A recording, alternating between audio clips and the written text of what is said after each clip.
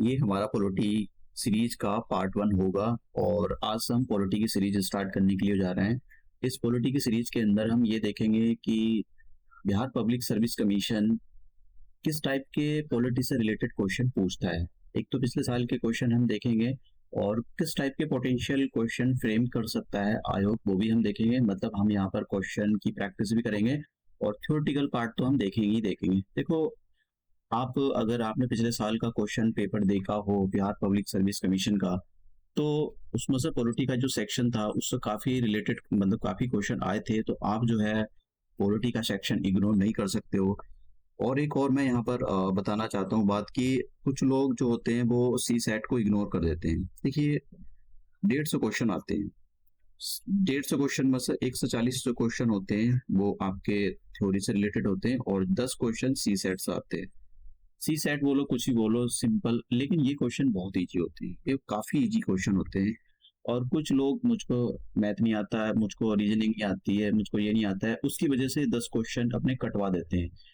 लेकिन जबकि ये क्वेश्चन बहुत इजी क्वेश्चन होते हैं। मैंने कुछ जो है पिछले साल के क्वेश्चन सॉल्व कर रखे, मैंने एक ये 10 क्वेश्चन की एक सीरीज चला रखी है, बहुत इजी है। देखिए, क्वेश्चन एग्जांपल लेता हूँ। अगर आपको परम्यूटेशन कॉम्बिनेशन खोलना आता है, ठीक है, आपको सिंपल परम्यूटेशन कॉम्बिनेशन कैसे ओपन किया जाता है अगर ये खोलना आता है तो आप बड़े आराम के साथ कर सकते हो। तो उसी पर परम्यूटेशन और कॉम्बिनेशन पे क्वेश्चन पूछा था। मतलब ऐसा कोई बहुत डिफिकल्ट क्वेश्चन नहीं था, सिंपल सा क्वेश्चन था। अब जो लोग मतलब बहानेबाजी मारते हैं और फिर ये सोच के जाते हैं कि भाई 140 क्वेश्चन हम इसी में से करेंगे, देखो उनका मतलब सिलेक्शन तो नहीं रुक सकता है, कुछ ऐसा कह नहीं सकते, लेकिन पॉसिबिलिटी रुक जाती है, पॉसिबिलिटी हो जाती है कि आपका सिलेक्शन रुक जाएगा। अब ये 10 क्वेश्चन तो इजी है ना, आप इन 10 क्वेश्चन को क्यों छोड़ रहे हो? तो बहुत इजी क्वेश्चन, थोड़ी सी प्रैक्टिस कर लो दिन में, अगर इसको 30 मिनट भी दे दो तो किसी भी टॉपिक को, तो बस बेसिक सा ही तो आना चाहिए उसके अंदर। आपको थोड़ा सा बेसिक सा आ गया, बस हो गया। बस यही क्वेश्चन होते हैं, अदरवाइज इतने मुश्किल क्वेश्चन नहीं होते हैं कि सी सेट के लिए अलग सोचना और एक क्वेश्चन पेपर बनाया हुआ है तो वहां पर काफी डिफिकल्ट क्वेश्चन पूछेगा। सिंपल से क्वेश्चन होते हैं, ठीक है। इसलिए आप इसको जो है, ये जो 10 क्वेश्चन होते हैं आपको इसको करके जाना चाहिए, क्योंकि आपको छोड़ना नहीं है। अब हम अपना लेक्चर स्टार्ट करते हैं। तो लेक्चर स्टार्ट करने से पहले मैं आपको बीपीएससी के द्वारा पिछले सालों में किस टाइप के क्वेश्चन पूछे गए हैं इसके बारे में दिखा देता हूँ। देखो, हम यहाँ पर जो आज का जो टॉपिक है हमारा वो कॉन्स्टिट्यूएंट असेंबली है। कि जो हमारी कॉन्स्टिट्यूएंट असेंबली थी वो कैसे बनी, उसी से रिलेटेड है। तो उसी से, इस टॉपिक से किस टाइप के आयोग ने क्वेश्चन पूछे हैं हम ये देखेंगे। जैसे कि यहाँ पर ये क्वेश्चन था, ये 2022 में पूछा, ये भी 2022 में पूछा और ये 2023 में क्वेश्चन पूछा। मित्रों, 2023 के अंदर पॉलिटी से काफी सारे क्वेश्चन पूछे हैं। तो आप पॉलिटी का सेक्शन अगर इग्नोर करके जाते हो, देखो दो तीन चीजें मैं यहाँ पर बोलूंगा। एक तो जनरल साइंस और पॉलिटी और हिस्ट्री, ये तीन टॉपिक तो कोर टॉपिक है, आप इनको स्किप करके मत जाना। अगर आप स्किप करते हो तो देखो प्रॉब्लम आ जाएगी, मतलब सिलेक्शन रुक जाएगा। तो इसीलिए इन तीन टॉपिक को तो बिल्कुल भी स्किप मत करना। एक क्वेश्चन 2023 के अंदर ये पूछा था और ये भी 2023 के अंदर पूछा था। मैं आपको ये सारे क्वेश्चन सॉल्व कराऊंगा आज। और ये क्वेश्चन 2022 के अंदर 2020 के अंदर पूछा था और ये क्वेश्चन काफी पुराना है। कुछ क्वेश्चन प्रैक्टिस की फॉर्म में भी हम देखेंगे, ये भी क्वेश्चन काफी पुराना है और ये क्वेश्चन भी काफी पुराना है। आयोग के द्वारा जो पूछा गया था ये क्वेश्चन 2016 में पूछा था। ये 2016 में पूछा था बीपीएससी ने। और इस क्वेश्चन का मुझको पता नहीं शायद कौन सा साल में पूछा था, शायद 2015 में पूछा था, लेकिन हम ये सारे क्वेश्चन सॉल्व करने वाले हैं और अलग से भी देखेंगे। और क्वेश्चन, ये क्वेश्चन भी काफी पुराना है, तो ये क्वेश्चन भी काफी पुराना है। तो अब हम अपना थ्योरेटिकल जो पार्ट है स्टार्ट करते हैं। कुछ क्वेश्चन मैंने आपके लिए एज ए प्रैक्टिस के लिए रखे हैं, तो आप उन क्वेश्चनों को जरूर ट्राई करना, ठीक है। जैसे ये क्वेश्चन हो गया, हालांकि आपको ये लेक्चर कंप्लीट करने के बाद आप जो है इस मतलब इन टाइप के क्वेश्चनों के आंसर दे पाओगे। तो सबसे पहले हम कॉन्स्टिट्यूएंट असेंबली के बैकग्राउंड के बारे में बात करते हैं कि जो हमारा कॉन्स्टिट्यूशन था कैसा बना, ठीक है। उसके पीछे कुछ डेट काफी इंपॉर्टेंट है, उन डेट को आपको करके जाना चाहिए। तो देखिए, सबसे पहले जो कॉन्स्टिट्यूएंट असेंबली है, कॉन्स्टिट्यूएंट असेंबली होती क्या है? देखो, कॉन्स्टिट्यूएंट असेंबली एक बॉडी होती है, जरा समझ लो कि ये होती क्या है। जैसे हमारी आज की पार्लियामेंट है, तो ये जो पार्लियामेंट है इसका क्या काम है? आज की पार्लियामेंट का, आज की जो पार्लियामेंट है उसके अंदर दो हाउस हैं, एक तो राज्यसभा और एक लोकसभा। तो इनका क्या काम है? इनका काम है लॉ बनाना, ठीक है। इनका जो काम है वो है लॉ बनाना, दोनों का, राज्यसभा और लॉ मेकिंग बॉडी है। तो उस टाइम पर हमारे पास लॉ मेकिंग बॉडी नहीं थी। जब देश आजाद हुआ 15 अगस्त 1947 को देश आजाद हुआ, तो सबसे पहले हमारे पास दो तीन काम जरूरी थे। एक तो जो ब्रिटिश गवर्नमेंट थी उससे पावर ट्रांसफर होनी थी इंडिया के पास। इंडिया के जो पॉलिटिशियंस थे, और मतलब इंडियन के पॉलिटिशियंस के बारे में बात तो नहीं करेंगे यहाँ पर, जो इंडिया के लोग थे उनको आज़ादी मिली थी। तो ऐसा नहीं होता लो साहब हम छोड़ के जा रहे हैं, ये अपना तामझाम संभालो, ऐसा नहीं होता है। देखो, जो ब्रिटेन के लोग थे वो भी रेस्पॉन्सिबल थे। तो वो नहीं चाहते थे कि भाई लो ये बड़ा तुम्हारा तामझाम हम छोड़ छाड़ के जा रहे हैं, ऐसा नहीं है। भाई आपको सारी सत्ता किसी एक ऐसे पर्सन में किसी ऐसे लोगों के हाथ में देख के जानी पड़ेगी जो उस देश को चला सकते हो। ठीक है, अगर आप ऐसा नहीं हो सकता कि किसी को भी अरे गरे नत्थु फेरे को लो साहब इसको पकड़ लो डॉक्यूमेंट में हम जा रहे हैं, ऐसा नहीं है। तो पावर ट्रांसफर करना भी था एक, तो इसलिए कॉन्स्टिट्यूंट असेंबली बननी थी। और कॉन्स्टिट्यूंट असेंबली के और भी काम थे, जैसे कि मैंने कहा पार्लियामेंट का काम होता है लॉ बनाना। दो टाइप के लॉ ये बनाती है पार्लियामेंट हमारी। एक तो ऑर्डिनरी लॉ बनाती है। ऑर्डिनरी लॉ का मतलब हो गया जैसे सेक्सुअल हरासमेंट का केस हो गया कि उसको लॉ बना दिया, टैक्स जीएसटी लॉ लागू कर दिया। लेकिन एक होते कॉन्स्टिट्यूशनल लॉ, ठीक है, एक होती है कॉन्स्टिट्यूशनल लॉ। तो एक तो ऑर्डिनरी लॉ बनाती है, दूसरी कॉन्स्टिट्यूशनल लॉ बनाती है। तो इसके दो काम होते हैं पार्लियामेंट के। तो इस जब हमारे देश में पार्लियामेंट नहीं बनी थी, तो उससे पहले लॉ कौन बना रहा था? उससे पहले लॉ बना रहा था हमारे पास कॉन्स्टिट्यूंट असेंबली। तो कॉन्स्टिट्यूंट असेंबली को बनाया गया। कॉन्स्टिट्यूंट असेंबली का क्या काम होगा? कॉन्स्टिट्यूंट असेंबली का काम ये होगा कि लॉ बनाना। दो टाइप के लॉ बने, दो टाइप के लॉ बनाए जाएंगे, एक तो ऑर्डिनरी लॉ और एक जो हमारे होंगे जो कॉन्स्टिट्यूशनल लॉ होंगे, जो कॉन्स्टिट्यूशन को बनाने का काम होगा। और उसके बाद में पावर जो ट्रांसफर होगी उसके बारे में भी देखेंगे। तो सबसे पहले, क्योंकि अंग्रेज मान नहीं रहे थे, अंग्रेज पहले तो आजादी नहीं दे रहे थे हमको, इंडिया मतलब इंडिया को जो है आजादी नहीं दे रहे थे, क्योंकि उनके अपने इंटरेस्ट थे। तो सबसे पहले जो कॉन्स्टिट्यूंट असेंबली बनाने की जो मांग रखी, वो किसी इंडिविजुअल, किसी पर्सन ने रखी थी। देखियो, idea of a constituent assembly, ये एम एन रॉय ने रखी सबसे पहले कि भाई कॉन्स्टिट्यूंट असेंबली होनी चाहिए, मतलब ऐसी एक बॉडी होनी चाहिए जो हमारे देश के लिए लॉ बनाए, कानून बनाए, ऐसी एक बॉडी होनी चाहिए। और उस इन्होंने बस यही बोला। और ये जो एम एन रॉय हैं, ये इनको कम्युनिस्ट, इंडिया के अंदर जो कम्युनिस्ट मूवमेंट आया उसका जनक या उनका पॉइनर माना जाता है। मतलब यही इंडिया के अंदर कम्युनिस्ट मूवमेंट लेकर आए थे। एक्चुअली इनको एम एन रॉय को किसी काम से रशिया भेजा गया। तो रशिया में उस टाइम रशियन रेवोल्यूशन चल रहा था, तो वहां पर लेक्चर डिलीवर हो रहे थे। तो कम्युनिस्ट वहां पर कम्युनिस्ट जो लोग थे उनका दबदबा था, तो ये वहां पर लेक्चर सुनने लग गए। और जिस काम के लिए एक्चुअली इनको आर्म्स के लिए भेजा गया था वहां पर, तो वो उस काम को तो वो तो काम भूल गई है, लेकिन ये अपना कम्युनिस्ट मूवमेंट साथ में ले आए वहां पर। हाँ सर।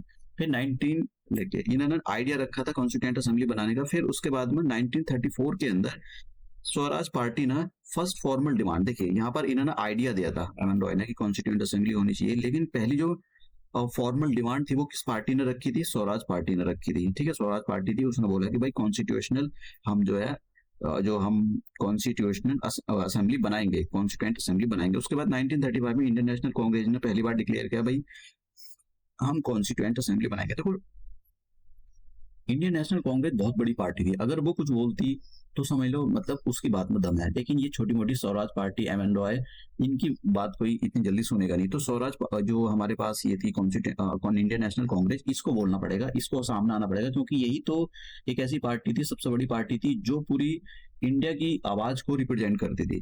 फिर 1935 में मैंने बता दिया। फिर 1938 के अंदर जवाहरलाल नेहरू ने बोला कि देखिए on the behalf of the constituent on the behalf of the Indian national Congress कि हम कॉन्स्टिट्यूंट असेंबली बनाकर रहेंगे। और ये जो कॉन्स्टिट्यूंट असेंबली होगी ये एडल्ट फ्रेंचाइजी पर बेस होगी। देखो, एडल्ट फ्रेंचाइजी के बारे में समझ लो जरा।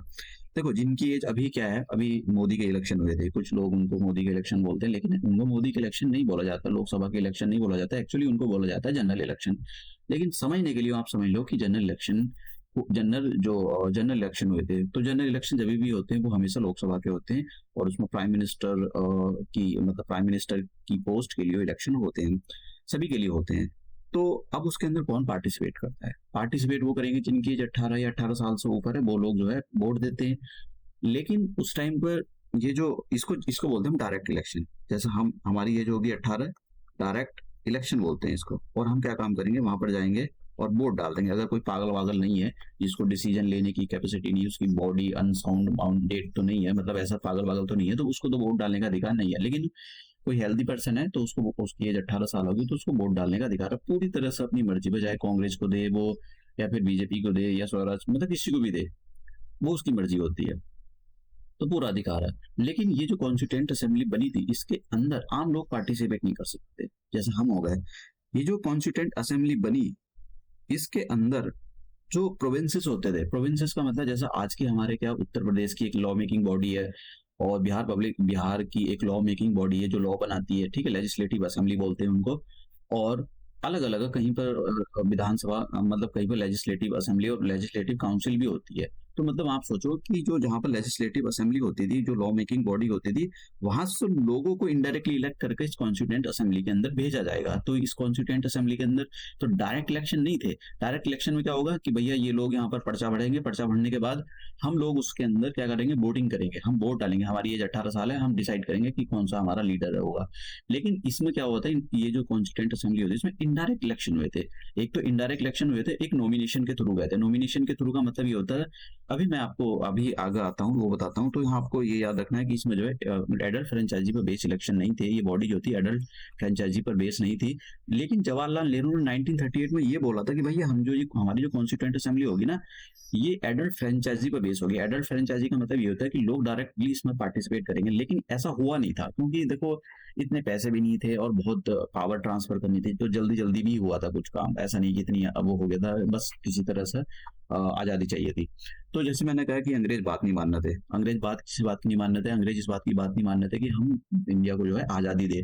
तो फिर काफी प्रेशर पड़ा, क्योंकि वर्ल्ड वॉर सेकेंड हुआ और इंडियन के जो लीडर थे उन्होंने काफी एक प्रेशराइज के अंदर जो है अंग्रेजों ने जो है ये एक्सेप्ट कर लिया, जो ब्रिटिश गवर्नमेंट है उन्होंने एक्सेप्ट कर लिया कि ठीक है भाई, हम ये एक्सेप्ट करते हैं कि जो इंडिया है, इंडिया को जो है फ्रीडम दी जाएगी। और इसी को बोला गया है अगस्त ऑफर, क्योंकि इन्होंने ये जो बात मानी थी वो अगस्त का मंथ था और साल था 1940, इसलिए उसको बोला जाता है अगस्त ऑफर। तो अगर आता है कि अगस्त ऑफर क्या था, तो अगस्त ऑफर यही था, ब्रिटिश गवर्नमेंट ने ये एक्सेप्ट कर लिया था कि भाई हम जो है कौन सी जो ये भारत है वो अपनी कॉन्स्टिट्यूशन बना सकता है। मतलब एक एक टाइप का उनको फ्रीडम देने की बात हो गई थी, समझ ले। तो इंडिया को आजादी देने की बात इस अगस्त ऑफर में ही मानी इन्होंने। अब बात करते हैं यहाँ पर, फिर इन्होंने क्या किया सर 1942 के अंदर, देखो टाइमलाइन बहुत इंपॉर्टेंट है आपको समझने के लिए। 1942 के अंदर इन्होंने एक मिशन भेजा जिसको बोलते हैं सर स्टैफोर्ड क्रिप्स। इसके जो हेड थे वो सर स्टैफोर्ड क्रिप्स थे। वो इंडिया आए कि भाई ठीक है, जो है हम जो है पावर ट्रांसफर करने के लिए मतलब स्कीम लेकर आए थे कि जो है पावर ट्रांसफर की जाएगी और एक इंडिपेंडेंट कॉन्स्टिट्यूएंट असेंबली बनाई जाएगी। लेकिन मुस्लिम लीग की वजह से ये मिशन जो है फेल हो गया। तो बस आपको ये याद रखना क्रिप मिशन कब आया था और ये फेल हो गया था, बस इसे याद रखो कि मुस्लिम लीग अड़ी हुई थी कि भाई हमको जो पाकिस्तान बनाना है। तो इसने जो है सर स्टैफोर्ड क्रिप्स जो थे इन्होंने मना कर दिया था कि भाई हम अलग से जो है पाकिस्तान नहीं बनने देंगे, एक ही होगा इंडिया के अंदर, यहाँ बैठकर वो करो। फिर 1946 के अंदर फिर से एक मिशन आया, 1946 के अंदर, इसका नाम था कैबिनेट मिशन। कैबिनेट मिशन, इस कैबिनेट मिशन, ये जो कैबिनेट मिशन था इसके अंदर जो मेंबर थे एक तो वो पता होना चाहिए, और इसी ये मिशन सक्सेसफुल था। देखो आधा सक्सेसफुल था, आधा सक्सेसफुल नहीं था। अब इसको दोनों ही पॉइंट ऑफ व्यू से आप देख सकते हो। सक्सेसफुल इसलिए हो रहा है क्योंकि जो जिन्ना था, मतलब जो मुस्लिम लीग थी, वो जो अलग से डिमांड कर रही थी कि उनको पाकिस्तान बनाना, उन्होंने जो है मना कर दिया कि ठीक है भाई हम अलग से डिमांड नहीं करते, हम जो है इससे सेटिस्फाई हैं। फिर हालांकि वो उस बात पर अड़े रहे कि हमको अलग से पाकिस्तान चाहिए चाहिए चाहिए। देखो मैं यहाँ पर बताता हूँ कि ये सबसे बड़ा जो ब्लंडर हमारे देश में हुआ है कि जो पाकिस्तान अलग से बना, वो एक कॉन्स्टिट्यूट जो हमारी जो इंडियन नेशनल कांग्रेस है, इंडियन नेशनल कांग्रेस का फेलियर है। क्योंकि ऐसा माना जाता है अगर आप सबको साथ लेकर चलते, मुस्लिम कम्युनिटी को भी साथ लेकर चलते, तो वे लोग क्यों अलग से डिमांड करते अगर आप उनके इंटरेस्ट भी बराबर रखते। लेकिन यही हुआ, हमने मतलब जो इंडियन नेशनल कांग्रेस थी उन्होंने उनको बोला जाता है पंडितों की पंडाल, उनको ऐसा बोला जाता है। तो उसमें सारे लोग पंडित थे, मतलब अमीर लोग थे। तो आप मुस्लिमों को जब आप बोलते हो कि भाई ये देश सबका है, हिंदू मुस्लिम सभी का है, तो फिर आपने क्यों उनके इंटरेस्ट आगे नहीं रखे, क्यों उनको एक साथ लेकर चलना चाहिए था उनको। लेकिन ऐसा नहीं हुआ। इसकी वजह से जो है एक रीजन वो भी है, फैक्टर है कि भाई ये जो पाकिस्तान बन गया, फिर वो उनकी अपनी कोई मतलब शायद ईगो थी कि जिन्ना और पंडित जवाहरलाल नेहरू को शायद अपना कुछ उनका लोचा था, तो उसकी वजह से भी एक वो था। अब यहाँ पर हम ये जो हमारा मिशन आया था कैबिनेट मिशन, आपसे क्वेश्चन ये पूछा जा सकता है कि ये जो कैबिनेट मिशन आया था उस टाइम पर ब्रिटेन में किसकी सरकार थी।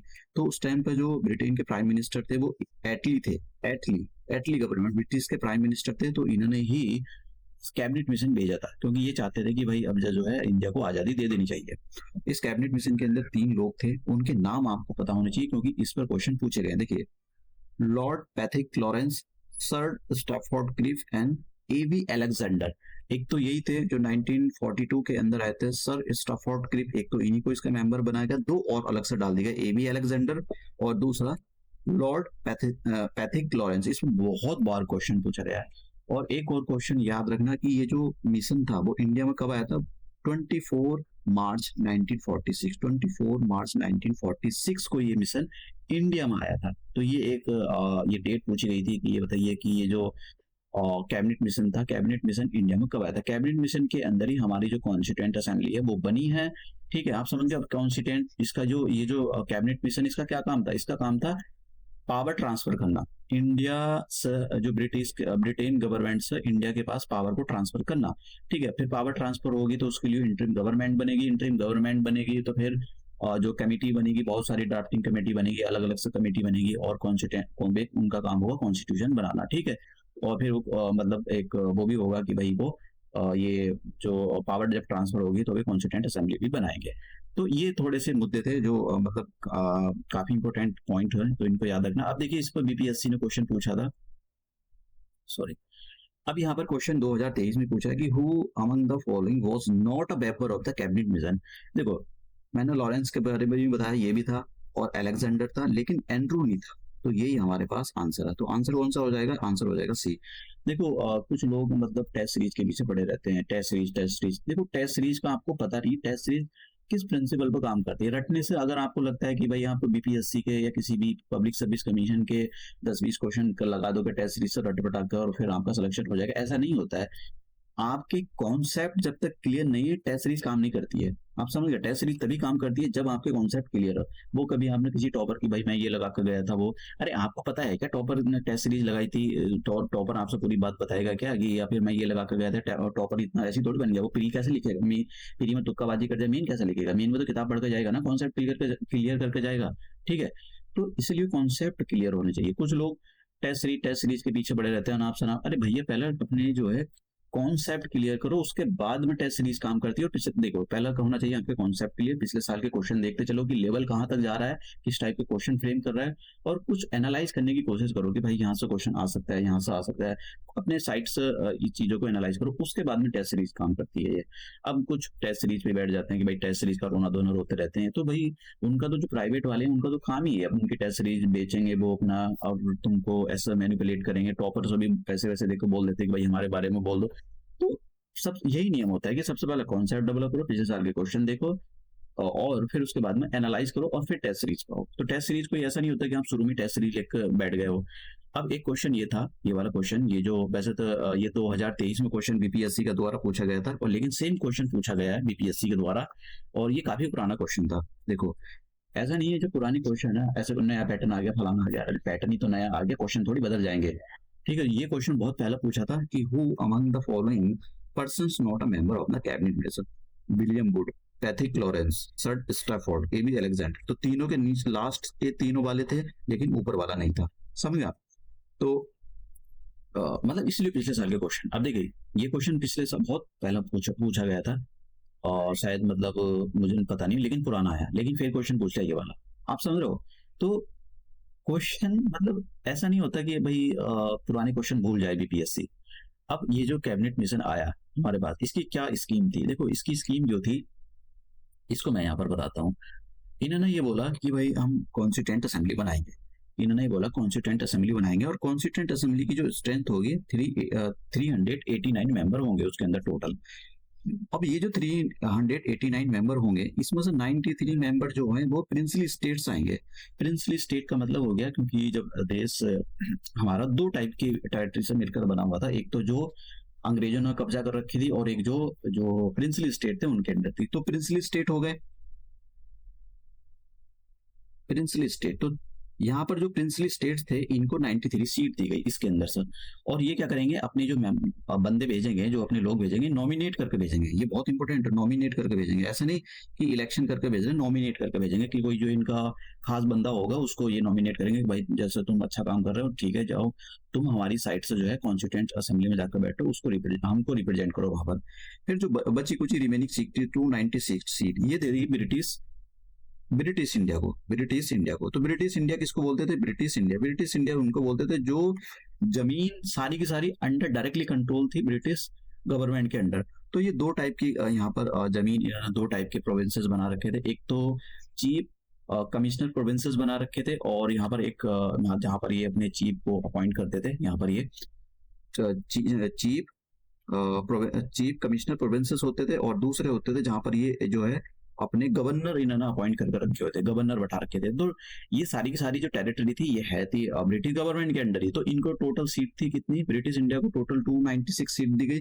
4 सीट ऐसी जगह दी गई जहां पर कमिश्नर होते थे, चीफ कमिश्नर होते थे, और बाकी 292 सीट उसको दी गई जहां पर जो गवर्नर अपॉइंट किए गए थे, ठीक है, गवर्नर प्रोविंसेस इनको बोला जाता था। तो ये सीट ऐसे बांट दी गई।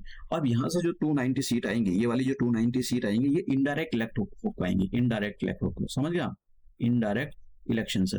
तो ये इनडायरेक्ट इलेक्शन से जब 296 लोग जो है, इसके अंदर मुस्लिम लीग भी रहेगी, अलग कांग्रेस पार्टी भी रहेगी, सब रहेंगे।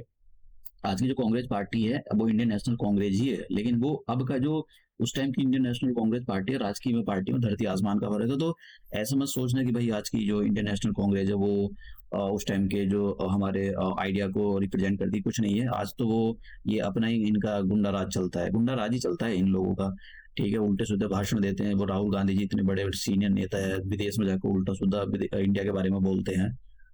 और मतलब मैं किसी पॉलिटिकल पार्टी बीजेपी है उसका कोई चमचा वमचा है नहीं हूँ। मैं सीधी सी बात बता रहा हूँ आपको, आपको इंडिया के लोग जिताएंगे, आपको इंडिया के लोगों से बात करनी चाहिए, ना कि विदेश में जाकर उल्टे सीधे स्टेटमेंट देना। ये कौन सी बड़ी वो ये बात होती है? इसका मतलब ये थोड़ी कोई आप राजकुमार हो तो राजकुमार ही है भैया।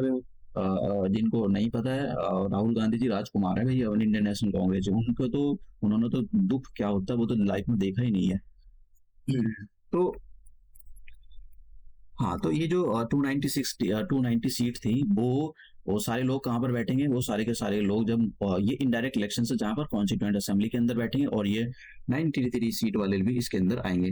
तो टोटल सीट कितनी थी? 389 सीट। तो ये जो भैया उसकी स्कीम थी, याद रखना, कैबिनेट मिशन का जो कैबिनेट मिशन था उसका जो पर्पस था वो इंडिया में एक पावर ट्रांसफर करना था, ठीक है। अब बात करते हैं इलेक्शन। मैंने यहाँ पर दे दिया कि जो कॉन्स्टिट्यूएंट असेंबली के जो इलेक्शंस थे वो थे मतलब इनडायरेक्ट इलेक्शन थे। और ये जो एक यहाँ पर जो इनडायरेक्ट इलेक्शन थे, तो इनडायरेक्ट इलेक्शन में क्या है, गैर नेतृत्व खैर किसी को भी वोट डालने का अधिकार था। देखो, औरतों को वोट डालने का अधिकार नहीं था, ये बात याद रखना। ये जो according to the government of India act 1935, जो वोटिंग राइट थे वो किसको लिमिटेड वो थे? एक तो जो टैक्स देता था, जो एजुकेटेड था और जिसके पास प्रॉपर्टी थी, उन्हीं को जो है वोटिंग राइट थे। और वो औरतों को वोटिंग राइट नहीं थे, ये बात याद रखना भैया, ठीक है। टोटल जब इलेक्शन, अब देखिए इलेक्शन हो गए, जुलाई अगस्त में इलेक्शन हो गए 1946 के अंदर, तो 208 सीट क्यों मिली इंडियन नेशनल कांग्रेस को मिली, और 73 सीट मिली मुस्लिम लीग को, और 15 सीट मिली आपको। देखो, कभी बीपीएससी ना उल्टे सुल्टे स्टेटमेंट ऐसा बाल की खाल में से भी क्वेश्चन रखते हैं। ऐसे क्वेश्चन भी उसने पूछे गए हैं कि मतलब अब हमको क्या पता है भाई कौन सा है, मतलब हग नाम मूतने पर उस पर थोड़ी क्वेश्चन बनते हैं। अभी वो एक क्वेश्चन था 2023 में क्वेश्चन पूछा आयोग ने कि ये बताओ कि former president of the USA, उन्होंने अभी लेक्चर कहाँ डिलीवर करे। अरे क्या हम क्या उनके पीछे कैमरा लगा कर घूम रहे हैं, कहाँ मूतेंगे, कहाँ आगेंगे, कहाँ नहाएंगे, कहाँ धोएंगे, क्या बोला क्या नहीं बोला? अरे करंट प्राइम मिनिस्टर के बारे में देखा, प्रेसिडेंट के बारे में देखा जाता है, वो क्या बोल रहे हैं, क्या स्पीच दे रहे हैं। तो कभी कभी ना वो कामचोर होते हैं। अब किसी को लग रहा है बीपीएससी ने क्वेश्चन रख दिया तो भाई एकदम मतलब वो 30 में, अरे भैया वो उनको क्वेश्चन पेपर 150 क्वेश्चन पेपर होते हैं, 150 क्वेश्चन होते हैं, उनको क्वेश्चन बैंक भरना होता है। तो वो कहीं ना कहीं से किसी ने हक दिया, किसी ने मुंह दिया, इस टाइप के क्वेश्चन बना देते हैं। तो ऐसे कोई स्टैंडर्ड क्वेश्चन नहीं होते उनके कि भी आप सोचो कि बीपीएससी बना रहा है तो मतलब बीपीएससी बड़ा महान है, उसमें एकदम प्रोफेसर बैठे, अरे बैठे होंगे नशेड़ी गंजेड़ी बैठे होंगे, कुछ तो क्वेश्चन ऐसे डाल देते हैं वो लोग। तो ये कोई क्वेश्चन थोड़ी होता है, स्टैंडर्ड होता है क्वेश्चन आने का। तो अगर कोई क्वेश्चन ऐसा आता है तो समझ जाना कि वो किसी ऐसी उल्लू के पट्टे ने बनाया होगा। अब यहाँ पर ये जो 389 सीट है, तो 389 सीट थी, इसमें से 15 सीट जो है, और मतलब 15 सीटें जो कॉन्स्टिट्यूएंट असेंबली थी उसमें टोटल 389 सीट थी, उसमें से 15 औरतें थी, मतलब 15 सीट जो है औरतें, 15 सीटों पर औरतें गई थी। देखो इसमें से वैसे तो अभी बीपीएससी ने पूछा नहीं है, लेकिन आपको भैया इनको करके जाना पड़ेगा। पता नहीं बीपीएससी कब पूछ ले कि इनमें से विच of the following is member of the which of the following women is the member of the constituent assembly. तो 15 थी, एक नंबर तो जरूर याद करके जाना। आपसे नंबर पूछा जा सकता है कि ये बताइए कि ये जो 389 मेंबर थे कॉन्स्टिट्यूएंट असेंबली के, इसमें से कितनी औरतें थी और औरतों की संख्या कितनी? तो 15 थी, ये मैंने यहाँ पर दे दिया, और मैंने इनके नाम भी यहाँ पर विद फोटो डाल दिया है। तो ये करके जाना। देखो यहाँ से पूछा तो नहीं गया अभी तक, लेकिन देखो वही कॉम्पिटेटिव एग्जाम का नेचर यही होता है कि कब क्या पूछ ले पता नहीं है, आपको तैयार करके जाना पड़ेगा। सिलेबस तो सारा दे रखा है उसने ना। तो कॉन्स्टिट्यूएंट असेंबली जब इलेक्शन हो गए तो पहली बार मिली 9 दिसंबर को। इसी पर क्वेश्चन पूछा गया है यहाँ पर कि पहली बार कॉन्स्टिट्यूएंट असेंबली कब मिली थी, तो 9 दिसंबर 1946 को पहली बार कॉन्स्टिट्यूएंट असेंबली मिली।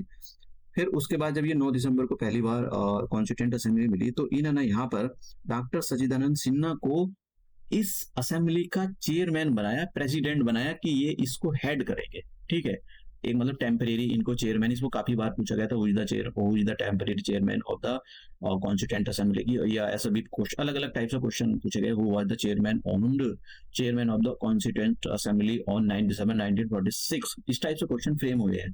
तो ये याद रखना, डॉक्टर सच्चिदानंद सिन्हा। फिर उसके बाद में 11 दिसंबर को फिर से ये जो असेंबली मिलती है, और इसके अंदर डॉक्टर राजेंद्र प्रसाद को परमानेंट चेयरमैन बना दिया गया ऑफ द कॉन्स्टिट्यूएंट असेंबली। तो शब्दों पर ध्यान देना, टेम्परेरी पूछा है या क्या पूछा है। कभी कभी शब्दों के साथ खिलवाड़ करते हैं ये लोग कि who is the chairman of the, who is the, कभी कभी ऐसे बोल देंगे who is the chairman of the, तो शब्द नहीं दिया, तो याद रखना कि किसका नाम दिया गया है, वही हो जाएगा।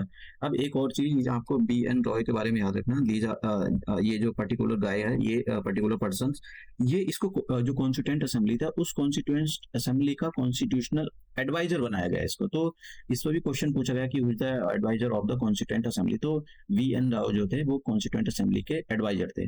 अब देखिए ये यहाँ पर ये वाला क्वेश्चन अभी शायद आप नहीं दे पाओगे, सॉरी, हाँ इसका आंसर दे सकते हो। First session of the constituent assembly was held 9 दिसंबर 1946 को ये पूछा गया था। शायद 2019 में ये क्वेश्चन पूछा गया था, ये बीपीएससी के द्वारा। तो आपको पता होना चाहिए किस टाइप में पूछ रहा है क्वेश्चन। अब बात करते हैं 13 दिसंबर की। देखो 9 दिसंबर की मीटिंग हो गई कॉन्स्टिट्यूएंट असेंबली की, और फिर 11 दिसंबर की मीटिंग होगी। अब आते हैं 13 दिसंबर की। सारी डेट इंपॉर्टेंट नहीं है, डेट बहुत सारी है लेकिन सारी डेट इंपॉर्टेंट नहीं है। उसके बाद में 13 दिसंबर को क्या हुआ, देखो 13 दिसंबर को पंडित जवाहरलाल नेहरू ने ऑब्जेक्टिव रेजोल्यूशन पास किया। देखो क्वेश्चन कैसे कैसे बनता है, ये बताइए ये ऑब्जेक्टिव रेजोल्यूशन किसने पास किया था? पहला क्वेश्चन, इसका आंसर हो जाएगा पंडित जवाहरलाल नेहरू। कौन सी डेट को इसको मूव कराया था? ये ऑब्जेक्टिव रेजोल्यूशन किसने मूव कराया था? पंडित जवाहरलाल नेहरू। कौन सी डेट को मूव कराया था? 13 दिसंबर 1946 को। ठीक है, ये दो क्वेश्चन यहाँ से। अब इसी का मॉडिफाइड वर्जन आज हमारा प्रियम्बल है, जो कि हम नेक्स्ट लेक्चर में देखेंगे। हमारा जो आज का मॉडिफाइड वर्जन है वो ऑब्जेक्टिव रेजोल्यूशन ही है। तो ऑब्जेक्टिव रेजोल्यूशन का मॉडिफाइड वर्जन प्रियम्बल है आज का हमारा प्रियम्बल। ठीक है, जो अभी हम देखेंगे। फिर इसको, ये जो ऑब्जेक्टिव रेजोल्यूशन था, इसको 22 जनवरी 1947 को इसको अडॉप्ट कर लिया गया कॉन्स्टिट्यूएंट असेंबली के थ्रू। तो इसके बारे में आपको याद होना चाहिए, डेट काफी इंपॉर्टेंट है। दो डेट, भाई कौन सी डेट को मूव कराया था ये, और जो हमारा ये आज प्रियम्बल आप देख सकते हो वो मॉडिफाइड वर्जन है किसका? ऑब्जेक्टिव रेजोल्यूशन का। तो ऑब्जेक्टिव रेजोल्यूशन के बारे में देखेंगे। अब चलते हैं ये वाला क्वेश्चन, एक बार ट्राई करें, काफी अच्छा क्वेश्चन है। देखो एक एक बंदा था, वो मेरे से बात कर रहा था, तो शायद बीपीएससी का क्वेश्चन पेपर दिया था, तो उसको पता है मैं पढ़ाता हूँ, तो मेरे से बात कर रहा था। वो कह रहा था कि बीपीएससी का पेपर तो आसान आया था। मैंने बीपीएससी का पेपर उस टाइम देखा नहीं था। मैंने कहा हाँ शायद आसान आया हो। तो जब मैंने पेपर देखा, मैंने पूछा उनसे कि तुमसे कौन बता रहा था? वो कह रहे कि मेरे एक दोस्त बता रहे थे। मैंने कहा ठीक है, सो हो सकता है आसान आया हो, मुझे पता नहीं, मैंने देखा नहीं है।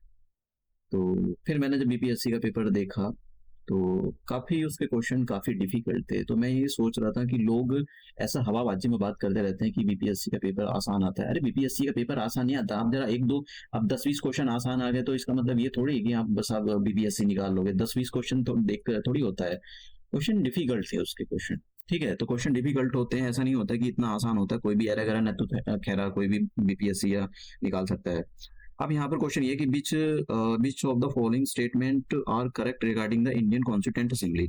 इसके बारे में देखो, पहला हमेशा इस टाइप के क्वेश्चनों को एलिमिनेशन मेथड से जाना चाहिए। तो एलिमिनेशन मेथड से गलत स्टेटमेंट देखो इसके अंदर, इट वाज, देखो यहाँ पर, it resulted from the direct election. Constituent assembly direct election से इलेक्ट होकर आई थी।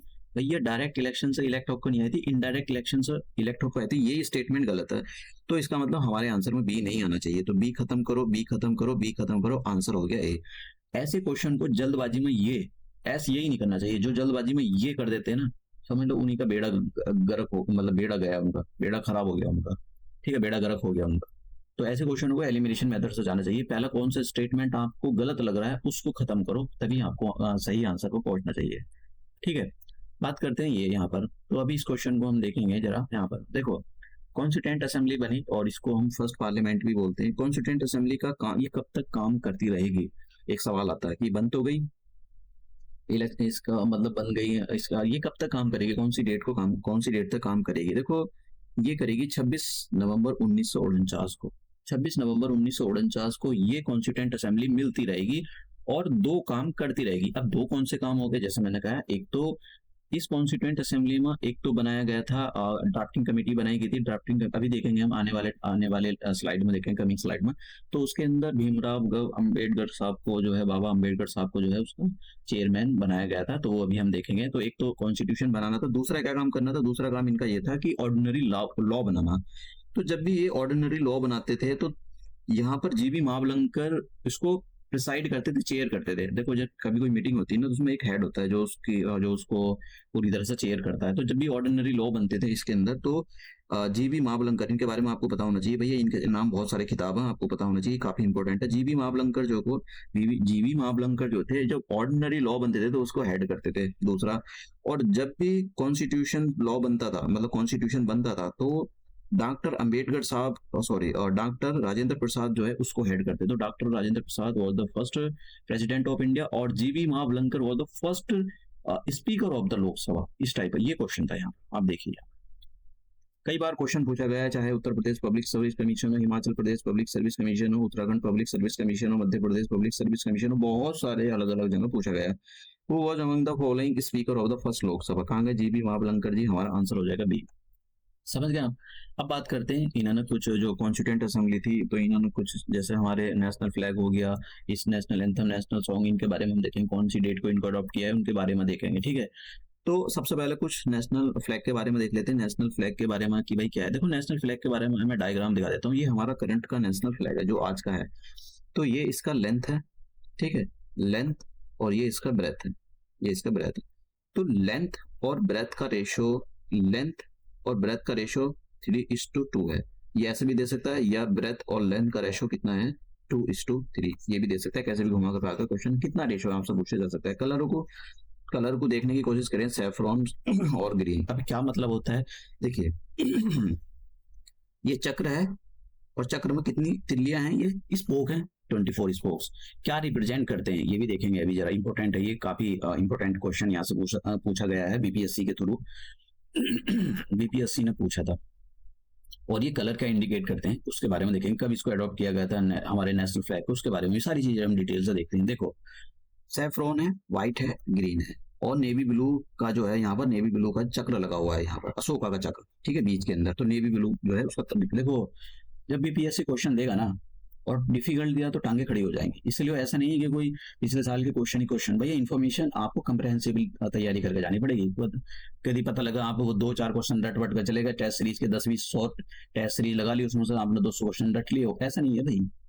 जब आ गया ना क्वेश्चन इधर उधर से, जिसके भी कॉन्सेप्ट क्लियर नहीं है, तो वहां पर अक्कड़ बक्कड़ बम्बे, वो ये कर दिया, वो कर दिया मैंने, मेरे पूरे ठीक है, यही करेगा, समझ गया, और पता लगा सिलेक्शन हुआ ही नहीं। तो कंप्रहेंसिव स्टडी बहुत जरूरी होती है। इसका रेशो कितना है मैंने आपको बता दिया, रेशो लेंथ और ब्रेथ का रेशो, ये जो दे रखा है यहाँ पर, ब्रेथ और लेंथ का रेशो दे रखा है। कब इसको कॉन्स्टिट्यूएंट असेंबली ने अडॉप्ट किया था? 22 जुलाई 1947 को अडॉप्ट किया गया था। ये जो हमारा आज का झंडा है, ठीक है, आज का जो हमारा नेशनल फ्लैग है, पिंगाली वेंकैया ने इसको बनाया था, डिजाइन किया था, समझ गए आप। तो देखो, अब तो मतलब आज का बनाया था, मैं क्या कर रहा हूँ, आज का बनाया था, तो पहले भी देखे, हाँ देखो ये रहा पहले, ये आज का है हमारा ये, 1947। तो आपको पहले वाले याद करने की जरूरत नहीं है, बस आज का ही करना है। आज का किसी नई बहुत बार क्वेश्चन पूछा गया है अलग अलग एग्जाम में, एसएससी में भी पूछा गया है ये वाला क्वेश्चन कि ये जो है ये जो हमारा नेशनल फ्लैग है ये किसने डिजाइन किया था? पिंगाली वेंकैया, इन्होंने डिजाइन किया था। ठीक है, ये अब देखो, अब बात करते हैं यहाँ पर कुछ चीजों के बारे में, कौन सी चीज क्या रिप्रेजेंट कर रही है। पहले सैफ्रॉन के बारे में बात करते हैं। सैफ्रॉन का कलर कैसा होता है? खून के जैसा। खून क्या रिप्रेजेंट करता है? सुभाष चंद्र बोस ने बोला था तुम मुझे खून दो मैं तुमको आजादी दूंगा। क्यों बोला था? खून बहाना पड़ता है आजादी के लिए, फ्रीडम के लिए खून बहाना ही पड़ा था, बहाना ही पड़ता है। महात्मा गांधी ने बोला था डू एंड डाइट। क्यों बोला था? डू एंड डाइट का क्या मतलब होता है? मरो या करो, मतलब खून बहाओ आजादी लो, उसका मतलब ये था। फिर जिन्ना, जिन्ना ने क्या बोला? Direct action. तो डायरेक्ट एक्शन का क्या मतलब था? जब जब इंडियन नेशनल कांग्रेस मान नहीं रही थी पाकिस्तान बनाने के लिए, तो उन्होंने कांग्रेस उसने जिन्ना ने बोला था डायरेक्ट एक्शन लो भाई। डायरेक्ट एक्शन का मतलब खून बहा दो, लड़ाई मार काट कर दो, खून बहाओ। खून बहाने के बाद तभी तो पाकिस्तान अलग बना है। तो उसका मतलब बन गया सैफ्रॉन का मतलब होता है सेक्रीफाइस।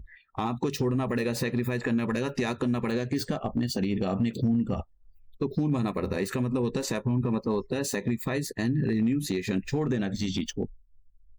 दूसरा कलर आता है व्हाइट। व्हाइट का क्या मतलब होता है? आपने देखा होगा सारे के जो ये ढोंगी, जैसे ढोंगी बाबा होते हैं ना, ऐसी ढोंगी पॉलिटिशियन भी है। ठीक है, जो अलग अलग कॉन्स्टिट्यूंट असेंबली में उसमें बैठेंगे, पार्लियामेंट में बैठेंगे, मतलब ऐसी लेक्चर देते हैं ना, मतलब ऐसा लगता है बस भगवान महाबुद्ध साक्षात, मतलब लक्ष्य वो भाषण दे रहे हो, ऐसा भाषण देकर एक इतनी सी जरा सी भी गलती थोड़ी। लेकिन पता लगा कोई रेप कर रहा है, ठीक है, और कोई करप्शन में मिल गया है, किसी के पास तो 7-7 दिन तक उसकी नोट गिरने की मशीन लगी हुई है। आप समझ रहे हो? कुर्ता कैसा बजाय, एकदम कुर्ता पजामा व्हाइट पहन के आएंगे, उसका क्या मतलब होता है? ये दिखाना चाहते हैं हम बहुत ही, हम पर कोई गंदगी नहीं है। ठीक है, तो ये पॉलिटिशियंस जैसे बाहर से दिखते हैं, दिल तो इनका, मतलब कुर्ता तो खैर ये पजामा तो व्हाइट कलर का पहन के आता है, लेकिन इनका जो दिल है ना वो एकदम काला कलूटा है। तो व्हाइट रिप्रेजेंट, इसलिए ये लोग ड्रामा करते हैं, समझ गए? तो व्हाइट वो जो आते हैं ना वहां पर क्या कहते हैं, खादी को भी रिप्रेजेंट करते हैं, लेकिन सब वो ड्रामा है इनके। इनके घर में जाओ पता लगता है कि खादी को यूज करते हैं या विदेशी, बहुत से तो यहाँ पर विदेशों में जाकर वहां पर चिल काट रहे होते हैं। तो white stand for the peace, peace के लिए रिप्रेजेंट करता है। ग्रीन का क्या मतलब? हमारा देश एक एग्रीकल्चर कंट्री रहा है, तो आप जहां भी देखोगे, तो अगर जहाँ कहीं एग्रीकल्चर हो रही है, खेत हरे भरे खड़े हैं, तो आपको शांति दिखाई देगी, आंखों में बड़ी शांति मिलती है, दिल को भी शांति मिलती है। तो ग्रीन कलर का मतलब होता है, green stand for the courage and immortality, शांति का प्रतीक होता है ग्रीन। और ये व्हाइट तो हो गया पीस का, और ये करेज को रिप्रेजेंट करता है ये ग्रीन वाला। अब बात करते हैं अशोका चक्र। अशोका चक्र, अशोका चक्र क्या रिप्रेजेंट करता है? जो हमारे जो नेशनल फ्लैग है उसमें बीच में लगा हुआ है, ये धर्म चक्र को बताता है। धर्म चक्र का क्या मतलब होता है? मतलब कोई भी चीज परमानेंट नहीं है, बदलती रहती है। किसी के साथ अनजस्टिस हो रहा है तो जस्टिस होएगा जरूर। उसके अंदर जो 24 स्पोक्स हैं वो चारों तरफ निकले हुए हैं, वो क्या रिप्रेजेंट करते हैं? कि जब देखो सन को देखो जरा, ये सेम सन पर काम करता है। सन से रोशनी निकलती चारों तरफ निकलती है। यहाँ पर अंधेरा है या इस प्लेनेट पर अंधेरा है, तो रोशनी जैसी आएगी अंधकार से छुटकारा मिल जाएगा, और यहाँ पर रोशनी हो जाएगी। तो इसको क्या, इससे क्या पता लगता है? इससे ये पता लगता है कि ये जो राइटनेस को बताता है कि भाई कहीं भी गलत हो रहा है, इनजस्टिस हो रहा है, तो उसको वहां पर जस्टिस होएगा उसके साथ में। ठीक है, तो व्हील व्हील का क्या मतलब हो गया? गोल गोल जो व्हील है, जैसे समय का पहिया घूमता रहता है, समय का पहिया चलता है, उसका मतलब ये जो व्हील है ये कभी नहीं रुकने वाला। धर्म चक्रा, समय कभी नहीं रुकता है, समय चलता रहता है। तो बहुत सारे इंडिकेट करता है ये। आप इसको शॉर्ट नोट भी लिख सकते हो कि right a short note on this पूरे फ्लैग पर। तो आप ये सारे पॉइंट सब डाल देना, आपको पूरे मार्क्स मिल जाएंगे। अब अब बात करते हैं नेशनल एंथम की। नेशनल एंथम 24 जनवरी 1950 को हमारा नेशनल एंथम, देखो जो जो पॉइंट मैं बताऊं उसको जरूर करके जाना, बाकी आपकी मर्जी है, आप छोड़ भी सकते हो। तो ये है क्या? देखिए यहाँ पर, देखिए आपको ये ये है नेशनल एंथम हमारा। ठीक है, जनगण वाला, तो इसका टाइटल है जनगण। अब ये किसने लिखा था? ये कौन सी डेट को अडॉप्ट किया गया था पहले तो आपको बताना चाहिए। 24 जनवरी 1950 को इसको अडॉप्ट किया गया था। और ये किसने राइट किया था? देखिए ये बहुत इंपॉर्टेंट है। किसने राइट किया था? रविंद्रनाथ टैगोर जी ने इसको लिखा था। और कौन सी डेट को पहली बार इसको गाया गया था? वैसे हिस्ट्री का क्वेश्चन है, इस पर क्वेश्चन पूछा गया है। 27 दिसंबर 1911 को इसको गाया गया था। इंडियन नेशनल कांग्रेस का एक सेशन हो रहा था कोलकाता में, तो वहां पर इसको गाया गया था। पूरा अगर आप प्ले करना चाहो, पूरा स्टैंजा प्ले करना चाहो तो पूरा 52 सेकंड का टाइम लगता है, और अगर आधा करना हो आपको, मतलब थोड़ा सा पहला और लास्ट वाला, तो 20 सेकंड्स का टाइम लगता है। तो ये टाइम भी याद रखना, मैंने आगे दे रखा है वैसे। तो ये पॉइंट जो है, कुछ जो मैंने यहाँ पर बताया, ये आपको याद होने चाहिए। नेशनल एंथम हमारा जनगण के नाम से होता है कि ठीक है, पहले ये जो ओरिजिनली बंगाली में कंपोज किया गया था, ठीक है, ये आपको पता होना चाहिए। पहली बार कब गाया गया था ये भी आपको पता होना चाहिए। शॉर्ट वर्जन, फुल वर्जन कितने में प्ले किया जाता है ये भी आपसे क्वेश्चन पूछा गया है यहाँ पर। अब बात करते हैं नेशनल सॉन्ग के बारे में। देखिए, नेशनल सॉन्ग जो है वो 24 जनवरी 1950। देखो, 24 जनवरी 1950 की डेट भी काफी इंपॉर्टेंट है। ये डेट अभी पढ़ेंगे हम, इस डेट को क्या कहा हुआ है। तो नेशनल, देखिए अभी हमने जनगण पढ़ा और अभी ये हमारा नेशनल सॉन्ग हो गया। तो नेशनल सॉन्ग 24 जनवरी 1950 को अडॉप्ट किया गया था, और पंडित जो हमारे डॉक्टर राजेंद्र प्रसाद थे, उनको भी प्रेसिडेंट भी इसी डेट को बनाया गया। तो और इंडियन जो कॉन्स्टिट्यूंट असेंबली थी, कॉन्स्टिट्यूंट असेंबली का जो लास्ट सेशन था, ठीक है, लास्ट सेशन 26 नवंबर 1949 को हुआ था। लास्ट सेशन 11वें नंबर का, 11th सेशन 11वें नंबर का। लेकिन एक बार और मिली थी, इसको क्वेश्चन पूछा गया, एक बार और मिली थी 24 जनवरी 1950। तो इस दिन क्यों, इस दिन क्या किया था, इस दिन क्या किया था कॉन्स्टिट्यूंट असेंबली ने, इस दिन कॉन्स्टिट्यूंट असेंबली ने, देखो इस दिन तो क्या हुआ था, 26 नवंबर 1949 को ये हुआ था, जो हमारा कॉन्स्टिट्यूशन था पूरी तरह से बनकर तैयार हो गया था। लेकिन 24 जनवरी 1950 को उस कॉन्स्टिट्यूशन पर सिग्नेचर किए गए थे। और ये एक प्रधान जो हमारे प्रेसिडेंट है उनको जो डॉक्टर राजेंद्र प्रसाद है उनको प्रेसिडेंट बनाया गया था। ठीक है, तो 2-3 काम हुए थे, और एक ये 2 काम ये हुए थे। तो ये काफी डेट है इंपॉर्टेंट। तो यहाँ पर एक तो क्वेश्चन यही पूछा जाता है वैसे हिस्ट्री के पॉइंट ऑफ व्यू से कि आनंद मठ जो है किसका है। तो बंकिम चंद्र चट्टोपाध्याय का ये जो एक नॉवल है, इसी नॉवल से जो है वंदे मातरम हमारा ये नेशनल सॉन्ग लिया गया है। और किसने ये किया था, जो मैं बोलूँ बस वही वही करके चले जाना। इसको ट्रांसलेट किसने किया था इंग्लिश में, अरविंदो घोष ने किया था। ये एक तो ये याद रख लेना, बस और कुछ करने की जरूरत नहीं। ये यहाँ पर दे रखा है। अब 24 जनवरी के अंदर मैंने आपको बता दिया, 24 जनवरी के अंदर जो 24 जनवरी 1950 को जो कॉन्स्टिट्यूंट असेंबली का फाइनल सेशन, ये जो फाइनल सेशन है ना, देखो टोटल सेशन जो हुए थे 11 सेशन हुए थे। तो 11 सेशन जो हुए थे वो 26 नवंबर, ये यहाँ दे रखी 26 नवंबर 1949 को 11वां सेशन था। लेकिन 24 जनवरी 1950 को एक बार कॉन्स्टिट्यूंट असेंबली और मिली थी। ये फाइनल, ये सेशन की कैटेगरी में इसको वैसे नहीं रखा जाता है, लेकिन फिर भी अब पता नहीं वो किस टाइप का क्वेश्चन फ्रेम करे, उसको किस टाइप की नॉलेज है वो अपने हिसाब से रखेगा। अगर ये पूछे कि लास्ट सेशन कब हुआ था इंडियन नेशनल कांग्रेस, सॉरी ये कॉन्स्टिट्यूंट असेंबली का, और ये वाली डेट दे रखी हो 26 नवंबर 1949 को, तो आंसर यही हो जाएगा। लेकिन अगर डेट ये दे रखी हो 24 जनवरी 1950, तो भैया फिर आंसर फिर वही होगा। ठीक है, अब कितना टाइम लगा हमारे कॉन्स्टिट्यूशन को बनाने में, तो ये इस पर भी क्वेश्चन बीपीएससी ने पूछा है, पिछले साल ही पूछा है। 2 साल 11th मंथ 18 दिन लगे, 11 सेशन लगे। ठीक है, तो ये आपको पता होना चाहिए। इस पर भी क्वेश्चन पूछा है कि ये बताइए कॉन्स्टिट्यूंट असेंबली का लास्ट सेशन कब हुआ था, समझ गया। तो डॉक्टर राजेंद्र प्रसाद के बारे में मैंने यहाँ पर इंफॉर्मेशन दे दी। अभी मैं देखूंगा जरा, देखिए मेंशन द करेक्ट डेट। देखिए ये बीपीएससी में क्वेश्चन पूछा गया, पहले बहुत पहले पूछा गया था, mention the correct date of the last meeting of the constituent assembly. Answer क्या होगा, 26 नवंबर 1949, 24 जनवरी 1900। तो आंसर इस हिसाब से जो था 24 जनवरी 1950 था। दोनों डेट दे रखी है यहाँ पर। लेकिन देखो यहाँ पर क्या है, last meeting of the constituent assembly, last meeting जो हुई थी 24 जनवरी 1950 को हुई थी लास्ट मीटिंग। लेकिन लास्ट सेशन जो हुआ था 26 नवंबर 1949 को होता। तो देखो कुछ बच्चों को तो पता भी नहीं होता, ऐसा तुक्केबाजी कर दी। अरे भैया क्वेश्चन को पढ़ो, समझो क्या कह रहा है क्वेश्चन, क्वेश्चन की थीम को नहीं समझ पा रहे हो तो तुक्केबाजी में गलती कर दोगे। ये मैंने आपको बता दिया कितना टाइम लगा था और कितने 60 लाख रुपए लगे। इसी पर पीएससी ने 2023 में क्वेश्चन पूछा गया था, what was the duration in the making of the Indian constitution. 2 साल 11 मंथ और 18 डेज। तो ये इसका सही आंसर हो जाएगा। ठीक है, अब तुक्केबाजी नहीं चलती है। द कंप्लीट फॉर्मल और जो मतलब उसके पूरे गाने पूरे जो अगर नेशनल एंथम गाना है तो उसको कितना टाइम लगता है, 52 सेकंड। देखो, what does the wheel of the Indian national flag symbolise. क्या फ्रीडम को रिप्रेजेंट करता है, ना जी ना। ब्रदरहुड ना। इक्वलिटी ना जी ना। जस्टिस, ये इंपॉर्टेंट है, समझ गया। तो ऐसे फाड़ू क्वेश्चन भी पूछ लेता है ये। और एक जो अभी हम करेंगे इसको, अब बात करते हैं। हमने सारा पीछे का सभी स्लाइड को कवर कर लिया है, कुछ छूटा नहीं है यहाँ पर। और ठीक है, कुछ नहीं छूटा है। लेक्चर थोड़ा बड़ा हो सकता है, देखो नवंबर में एग्जाम है तो ऐसे चिल्ली चोरी नहीं कर सकते 10-10 मिनट की वीडियो बनाकर। मैं यहाँ पर सारी चीजें कंप्रहेंसिवली कवर कर रहा हूँ। तो देखो कॉन्स्टिट्यूशन बनाना, ये कॉन्स्टिट्यूशन बनाना था, कौन बनाएगा, तो कॉन्स्टिट्यूशन बनाएगी, कॉन्स्टिट्यूशन बनाएगा कॉन्स्टिट्यूएंट असेंबली। तो कॉन्स्टिट्यूएंट असेंबली में कमेटी बनाई जाती है, जैसे पार्लियामेंट के अंदर कुछ काम होता है तो कमेटी बनाई जाती है। तो एक कमेटी बनाएगी जिसका नाम था यहाँ पर ये कमेटी थी, कमेटी का नाम था ड्राफ्टिंग कमेटी। बहुत सारी कमेटी बनाई गई थी, अभी हम यहाँ पर देखेंगे, इस पर आएंगे। बस पहले मैं आपको वो कमेटी जो है कंप्लीट करा देता हूँ, वो काफी इंपॉर्टेंट है। तो सबसे पहला हम इस कमेटी के बारे में देखते हैं, कौन सी डेट। एक तो यही पूछा गया था ये ड्राफ्टिंग कमेटी कौन सी डेट को बनी गई थी, तो 19 अगस्त 1947 को इसको बनाया गया था। ठीक है, क्या काम होगा इसका? काम होगा कॉन्स्टिट्यूशन को बनाना। मैंने आपको बता दिया कितने पैसे लगे, कितना टाइम लगा, कितने सेशन लगे, तो ये सारा। और इसके जो चेयरमैन थे डॉक्टर अम्बेडकर साहब थे, और इसके मेंबर कौन कौन से? एक तो गोपाल स्वामी अय्यंगर, ठीक है, अलादि कृष्णा स्वामी अय्यर, दो हो गए। तीसरा के एम मुंशी, बहुत इंपॉर्टेंट है भैया के एम मुंशी, अपना नोबल भी पढ़े होंगे इनके, मतलब वो नहीं है ये वाले कभी आप मुंशी प्रेमचंद सोच रहे हो, फिर भी नाम थोड़ा याद रखना है तो तुक्केबाजी से किसी भी तरह भी नाम याद रखो। सैयद मोहम्मद सलाउल्लाह, तो इसका नाम आपको पता होना चाहिए।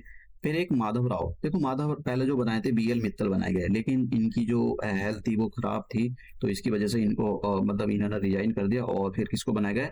माधव राव को बनाया गया। उसके बाद में तो जो 7वें नंबर के थे, आपसे ये भी पूछा जा सकता है टोटल कितने मेंबर थे भैया इसके अंदर। डीपी खेतान को बनाया गया, डीपी खेतान की 1948 में डेथ हो गई। तो फिर टीटी कृष्णा नामाचारी, देखो सारे नाम याद होने चाहिए, ये भी ये होने चाहिए जो ब्रैकेट में लिखे हुए हैं, क्योंकि वो कभी कभी गेम खेल देता है, कभी ये वाले नाम ना देखो ये वाले नाम दे देता है, और जब फिर पूछेगा आपसे कि इनमें से कौन सा मेंबर है कौन सा मेंबर नहीं है ड्राफ्टिंग कमेटी का, यहाँ पर देखो who among the following were the members of the drafting committee. Gopala Swami Ayyangar, Jawaharlal Nehru थे, तो इसी को खत्म करो, जवाहरलाल नेहरू का मतलब तीसरा दूसरे नंबर का स्टेटमेंट खत्म करो, दूसरा गया, ये गया दूसरे नंबर का स्टेटमेंट। ठीक है, अब तो सरदार पटेल भी नहीं थे, 4th नंबर का स्टेटमेंट भी खत्म करो, ये गया ये गया, आंसर हो जाएगा ये। इस टाइप से एलिमिनेशन मेथड से जाना चाहिए आपको, लेकिन एलिमिनेशन मेथड भी जब भी काम करता है जब आपको नॉलेज है, नहीं है तो फिर वही तुक्केबाजी में कोई फर्क थोड़ी, वहां पर बैठे बाबा जी का हवन करते रहो, उससे कोई फायदा थोड़ी हो रहा है। अक्कड़ बक्कड़ बम्बे वो ये सब बकवासबाजी होती है, ऐसा सिम्टम होते हैं, बच्चों का सिलेक्शन ना होने के सिम्टम है। देखो क्वेश्चन एक और ट्राई करो, बीपीएससी का क्वेश्चन नहीं है। Which leader was not a member of the constituent assembly, constituent sorry drafting committee का मेंबर नहीं था? जवाहरलाल नेहरू नहीं थे भैया, ऐसे भी क्वेश्चन पूछे जाते हैं, ये भी उसका क्वेश्चन है Himachal Pradesh public service commission का। अब बात करते हैं यहाँ पर जो जैसे मैंने कहा जो हमारा कॉन्स्टिट्यूशन बनने के लिए हम ड्राफ्टिंग कमेटी को बनाया गया है, और भी बहुत सारी कमेटी बनी गई जिनका काम अलग अलग था, तो आपको पता होना चाहिए। जो जवाहरलाल नेहरू थे इनको यूनियन पावर कमेटी, और एक और वो कमेटी दी गई यूनियन कॉन्स्टिट्यूशन कमेटी, एक और कमेटी दी गई थी इनको स्टेट निगोशिएशन की कमेटी दी गई थी, स्टेट कमेटी। स्टेट कमेटी का मतलब हो गया कि क्योंकि कुछ स्टेट के साथ इनको निगोशिएशन करना था, तो 3 कमेटी किसके अंदर थी आपको पता लग रहा है। पंडित जवाहरलाल नेहरू कितने पावरफुल है, इससे देखने से क्या पता लगता है? और देखने से क्या पता लगता है? इसको देखने से पता लगता है कि पंडित जवाहरलाल नेहरू कभी कितने पावरफुल थे, जब इनको 3-3 कमेटी दे रखी थी।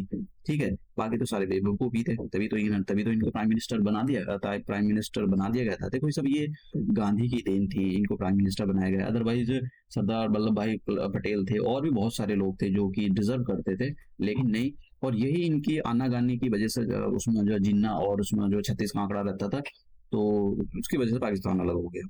ठीक है, तो एक रीजन ये भी है, फैक्टर भी है। तो भैया कुछ पर्सनल पॉलिटिक्स भी होती है, समझ गए? आपका भी आप सोचते हो कि हमेशा पॉलिटिक्स में तो पॉलिटिक्स पर्सनल घर में भी होती है, एक दूसरे का खून कर देते हैं भाई भाई, मतलब बहुत लंबी चौड़ी महाभारत हो जाती है। तो ये पता लगा, फिर सरदार पटेल को बनाया गया। सरदार पटेल को कौन सी कमेटी का अध्यक्ष बनाया गया, इनको किसका मेंबर बनाया? Provincial constitution committee.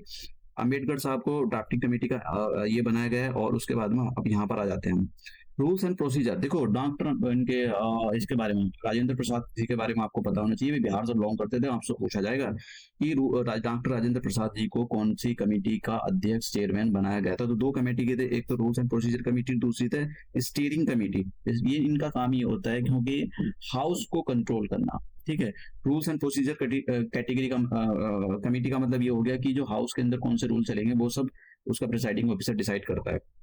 Steering committee, वो जो हाउस होता है उसका जो हैंडल पकड़कर किधर ले जाना किधर नहीं ले जाना, ये सब डॉक्टर राजेंद्र प्रसाद वो करेंगे। तो आपको इन कमेटी के बारे में पता होना चाहिए, काफी इंपोर्टेंट कमेटी है, इनसे क्वेश्चन पूछे गए। अब बात करते हैं हमारा ये कुछ डेट है इंपोर्टेंट के बारे में, जो डेट आपको याद होनी चाहिए।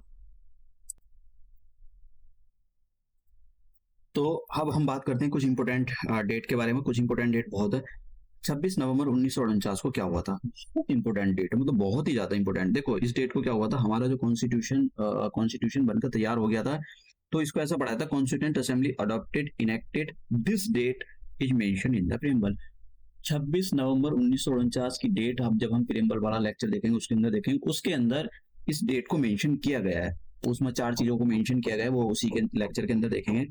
जब ये हमारा कॉन्स्टिट्यूशन बना 26 नवंबर 1949 को बनकर तैयार हो गया, तो इसके अंदर एक प्रेम्बल था, 395 आर्टिकल्स थे और 8 शेड्यूल थे। ये भैया काफी इंपॉर्टेंट है, इस पर क्वेश्चन पूछा गया है। अब बात करते हैं कि जब मोदी सरकार आई पावर में, मोदी सरकार पावर में कब आई? 2014 में आई। तो मोदी सरकार ने क्या काम किया? 26 नवंबर 19 ये जो 26 नवंबर थी, इसी डेट को कॉन्स्टिट्यूशनल डे और संविधान दिवस के रूप में बनाने का सेलिब्रेट किया। इसी पे भैया क्वेश्चन पूछा, बीपीएससी ने 2016 में क्वेश्चन पूछा, कॉन्स्टिट्यूशन डे इज सेलिब्रेटेड 26 नवंबर 1949। मतलब डेट की जरूरत नहीं होती है। अब इन्फोर्समेंट, हमारा कॉन्स्टिट्यूशन कब इन्फोर्समेंट, दोनों में शब्दों में ध्यान देना। कुछ क्या है ना, कुछ बच्चे ना बिल्कुल ही एकदम मतलब ऐसा रट्टा मारकर चले जाएंगे, उनको शब्दों के बारे में नहीं पता होता कि इसका क्या मतलब होता है। इन्फोर्समेंट, हमारा कॉन्स्टिट्यूशन कब इन्फोर्समेंट, देखो कुछ प्रोविजन तो हमारे कॉन्स्टिट्यूशन के 26 नवंबर 1949 को ही आ गए थे, लेकिन मोस्ट ऑफ जो प्रोविजन थे वो 26 जनवरी 1950 को इन्फोर्स हुए थे। तो हमारा जो कॉन्स्टिट्यूशन वो कब फोर्स में आया था, डेट है उसकी, डेट फोर्स के बारे में आपको पता होना चाहिए, 26 जनवरी 1950। अब ये 26 जनवरी 1950 को ही क्यों ये डेट 26 जनवरी ही क्यों चूज की गई, इसके एक पीछे हिस्टोरिकल पॉइंट ऑफ व्यू है, तो आपको उसके बारे में पढ़ना होना चाहिए। बीपीएससी ने उसी पे क्वेश्चन ठोक दिया था। अब बात करते हैं 26 जनवरी इसके बारे में। ठीक है भाई, ये जो 26 जनवरी 1930 को जो है पूर्ण स्वराज डे, संविधान दिवस, मतलब कंप्लीट इंडिपेंडेंस का सेलिब्रेशन किया जाता था। क्यों किया जाता है ये, तो देखते हैं इसके पीछे क्या है। देखो 1929 में एक सेशन हुआ इंडियन नेशनल कांग्रेस का, लाहौर में सेशन हुआ था, और इस सेशन को जो है पंडित जवाहरलाल नेहरू हेड कर रहे थे। देखो पंडित जवाहरलाल नेहरू को कोई पसंद नहीं करता था, लेकिन ये सब करा रहा था गांधी जी का। तो गांधी जी तभी ये लोग, ये कोई ये पंडित जवाहरलाल नेहरू, आप समझ रहे हो ना, ये तो नेहरू परिवार है, लेकिन अपने नाम पीछे लगाते हैं गांधी। तो गांधी, अब ये ना इसके पीछे क्या लोचा है क्या नहीं है, ये तो भगवान जाने, मतलब है तो सबको पता है क्या लोचा है, लेकिन ये गांधी का नाम यूज करके पॉलिटिक्स करते हैं इंडियन नेशनल कांग्रेस के जो गांधी परिवार के लोग हैं। तो हालांकि इनको नाम हटा देना चाहिए गांधी, लेकिन वो लीगेसी है, हटा नहीं सकते ये लोग। तभी मैं बोलता हूँ फिर राहुल गांधी जो राजकुमार है, वो सही बात है, राजकुमार है, वो राजकुमार, उन्होंने कभी कुछ देखा ही नहीं है। और वो अभी पॉलिटिकली एक्टिव अभी हुए जब से बीजेपी पावर में आई है 2014 में, जब से ही उनका पॉलिटिकली उनका जन्म हुआ है। उससे पहले तो वो उनको पता भी नहीं था, उनको पप्पू पप्पू बोलते थे। अभी वो थोड़ा सा मतलब एक्टिव हुए हैं, उनको पता लगा अच्छा भाई बाहर आ जाना चाहिए। अब जो इंडियन नेशनल कांग्रेस का जो है वो मतलब तमाशा खत्म हो गया, अब जो बीजेपी आ गई है, तो अब फिर वो उन्होंने सोचा कि अब जन्म लेना चाहिए, तो उन्होंने फिर 2014 के बाद जन्म लिया है पॉलिटिकली। पहले तो उनको पता भी नहीं था, उनको पता था भाई इंडियन नेशनल कांग्रेस ही राज करेगी, हम तो राजा हैं पहले से ही रहेंगे। तो वो लीगेसी बीजेपी ने तोड़ दी, तोड़नी भी चाहिए, किसी की डेमोक्रेसी में किसी की लीगेसी कोई दादागिरी नहीं चलती है। अब बात करते हैं, जब ये सेशन हुआ तो पंडित जवाहरलाल नेहरू सेशन को जो है हेड कर रहे थे, और पंडित जवाहरलाल नेहरू ने ये बोला कि जब भी देखो ये जो सेशन हुआ था दिसंबर, ध्यान से देखना, दिसंबर 1929 को सेशन हुआ था, रावी रिवर के किनारे, ये याद रखना। फिर इन्होंने इस डेट को ये बोला कि भैया जब भी 26 जनवरी आएगी, आने वाली 26 जनवरी होगी, अब 26 जनवरी 1929 के बाद कब आएगी? दिसंबर 1929 के बाद आएगी 1930 को। तो इन्होंने ये बोला 1930 को आने वाली जनवरी को, 26 जनवरी को हम पूर्ण स्वराज डे सेलिब्रेट करेंगे। तो क्योंकि 1929 को जब ये सेशन हुआ था, दिसंबर 1929 को जो पंडित जवाहरलाल नेहरू हेड कर रहे थे, इन्होंने एक इसमें रेजोल्यूशन पास किया था, पूर्ण स्वराज रेजोल्यूशन, कि हम जो है आज से पूर्ण स्वराज की डिमांड करेंगे जो है ब्रिटिश गवर्नमेंट से। कौन सी नदी के किनारे हुआ था, इस पर भी क्वेश्चन पूछे जाते हैं। ठीक है, क्यों? अब इसी पर क्वेश्चन पूछा गया था, ये वाला, ये भैया बीपीएससी का काफी पुराना question. 26 January was selected as the date for inauguration of the constitution because it the Congress had observe it as the independence day. ये वाली बात, इसका पहला वाला स्टेटमेंट ठीक है, ये गलत है, ये गलत है, ये गलत है, आप समझ गए। तो क्वेश्चन बीपीएससी फाड़ू भी पूछती है। अब बात करते हैं इंटरिम गवर्नमेंट की। जैसे मैंने कहा दो काम और थे, एक तो कॉन्स्टिट्यूएंट असेंबली बनी थी, फिर उसके बाद में इंटरिम गवर्नमेंट भी बननी थी। कॉन्स्टिट्यूएंट असेंबली बनेगी, फिर इंटरिम गवर्नमेंट बनेगी। अभी क्या होता है, पहले पार्लियामेंट के इलेक्शन होते हैं, इलेक्शन मतलब जो मेंबर जीत के आते हैं वही सरकार बनाते हैं जिसकी मेजोरिटी होती है। तो यही था, जो लोग जीत का है कॉन्स्टिट्यूंट असेंबली के अंदर, जैसे 208 सीट उसकी सीट थी कांग्रेस की थी, तो कांग्रेस को सरकार बनाने का पूरा अधिकार था। तो ये जो इंटरिम गवर्नमेंट है ये 2 बार बनी थी, एक तो बात याद रखना, एक तो बनी 2 सितंबर 1946 को बनी, ठीक है, और ये 2 सितंबर 1946 को पहली बार सरकार बनी। इसके अंदर सारे लोग, जब ये 2 सितंबर 1946 को बनी तो उसके अंदर सारे के सारे जो लोग थे वो इंडियन नेशनल कांग्रेस के। अब देखो कांग्रेस का भी तो दोगलापन देखो आप, कहाँ लेकर चलती है। एक ही बंदा था इनके ना, लियाकत अली। लियाकत, ये मैंने यहाँ पर दे रखा था, लियाकत अली यहाँ पर कहीं दे रखा है भाई, लियाकत अली, ये लियाकत अली, तो ये मुस्लिम लीग का बंदा था, इसको फाइनेंस का काम दिया गया था यहाँ पर, ठीक है, फाइनेंस का काम दिया गया था, इसमें से भैया करके चले जाना। 2 बार, ये पहली बार जब बनी थी ना, 2 सितंबर वाली बात है ये, 2 सितंबर को जब इंटरिम गवर्नमेंट बनी थी, उसके बाद में जवाहरलाल ये तो क्या नाम, जिन्ना था, जिन्ना ने हाथ पैर पीट दिया कि भाई हमारे बंदे क्यों नहीं डाले इसके अंदर, 5 ही मतलब हमारे बंदा तो कोई है ही नहीं है, केवल एक ही है लियाकत अली, ये देखो यहाँ पर गेम खेल रहा है, इन्होंने दुनिया भर के ड्रामे कर दिए। तो फिर भैया फिर से बनाई गई है 26 अक्टूबर को। ये वाली डेट मत याद रखना, मैंने ये विकिपीडिया से कॉपी किया था तो इसने डेट यहाँ पर गलत रखी, तो यहाँ पर ये वाली डेट वो मत करना, ये 15 अक्टूबर नहीं है, तो ये वाली डेट मत करना, 26 अक्टूबर को फिर से इन गवर्नमेंट बनाएगी। तो इसमें 5 बंदे, 5 बंदे जो है जैसे कैबिनेट को डिसेबल करते हैं ऐसे ही होता है, 5 बंदे इंडियन उसके मुस्लिम लीग के लिए गए। कौन कौन से बंदे थे वो नाम तो वैसे जरूरी नहीं है, बस 5 बंदे ले लिए गए। तो इसमें एक क्वेश्चन ये पूछा गया था, देखो ये इंटरिम गवर्नमेंट है, इंटरिम गवर्नमेंट से क्वेश्चन कैसा आते हैं, इंटरिम गवर्नमेंट से क्वेश्चन ऐसा आते हैं कि किसको कौन सा पोर्टफोलियो दिया गया था। जैसे यहाँ पर 2 क्वेश्चन पूछे गए हैं, तो ये बताइए कि ये देखो यहाँ पर मैं आपको राजेंद्र प्रसाद जी के बारे में दिखाता हूँ, ये इनको एग्रीकल्चर मिनिस्ट्री दे रखी थी, एग्रीकल्चर एंड फूड मिनिस्ट्री दे रखी थी। इसको क्वेश्चन पूछा गया, अभी 2 बीपीएससी ने क्वेश्चन पूछा है, और यहाँ कहाँ गया वो, और लियाकत अली को फाइनेंस का। तो भैया देखो ये इस पर जो है रट्टा मारना पड़ेगा आपको, सिंपल सी बात है, पता नहीं क्या पूछ ले क्या नहीं पूछ ले। अब तो लियाकत पूछा है उसने, फिर श्री राजगोपालाचारी भी पूछ सकता है, राजगोपालन चारी ये पूछ सकता है भैया, तो एजुकेशन मिनिस्टर बना रखा था इनको। और तो इस पर भैया रट्टा मारना पड़ेगा आपको, ठीक है, इस पर मारो रट्टा, और कोई चारा नहीं है इसमें। डेट वेट तो आपसे नहीं पूछेगा कि कौन सी डेट को फलाना, और कब वो इंटरिम गवर्नमेंट बनी थी, और ये कब रही इंटरिम गवर्नमेंट, 15 अगस्त 1947 तक ही रही है, ठीक है। तो इसमें ये नहीं पूछा जाएगा, बस इसके बारे में थोड़ा थोड़ा पता होना चाहिए। पंडित जवाहरलाल नेहरू थे वो उस टाइम के, जब ये इंटरिम गवर्नमेंट बनी थी उस टाइम के उसके प्राइम मिनिस्टर थे, इस पर भी एक बार क्वेश्चन पूछा गया था। अब यहाँ पर ये देखो, यहाँ पर क्वेश्चन देखना, who was the finance minister of the interim government, Liaquat Ali, ठीक है। Why, what portfolio Rajendra Prasad held in the interim government established in 1946? इनको home food and agriculture ministry दे रखी थी। ये वाला constitution day in India celebrated 26 November को। तो आप समझ गए, ये लेक्चर हमारा खत्म हुआ, काफी बड़ा लेक्चर था, मैंने यहाँ पर सभी एस्पेक्ट पर जो है रोशनी डाली है, और आई थिंक ये पढ़ने के बाद आपका कोई क्वेश्चन छूटना नहीं चाहिए, फिर भी आपको बार बार रिवाइज करते रहना चाहिए चीजों को, क्योंकि इसमें काफी नाम और मतलब मुश्किल ही है। देखो ऐसा नहीं होता है, देखो पढ़ाई पीसीएस बनना इतना आसान नहीं है। कभी आप सोच रहे हो कि अरे अगर नत्थु वगैरह कोई बन जाता है, मटेरियल पहले देखना पड़ता है कि आप उस लायक हो या नहीं हो। पता लगो आपसे 1 घंटे बैठ कर पढ़ाई नहीं हो रही है, तो फिर आप कैसे बन पाओगे पीसीएस। तो ये सारी चीजें अभी मैं इस लेक्चर को अपलोड कर दूंगा अपने यूट्यूब चैनल पर, और अपलोड करने के बाद इसका पीपीटी मैं शाम तक या कल सुबह तक अपलोड कर दूंगा। पीपीटी में नीचे डिस्क्रिप्शन बॉक्स में इसको नीचे ऐड करा दूंगा, और हम अपना लेक्चर यहीं समाप्त करते हैं, मिलते हैं अपने नेक्स्ट लेक्चर में।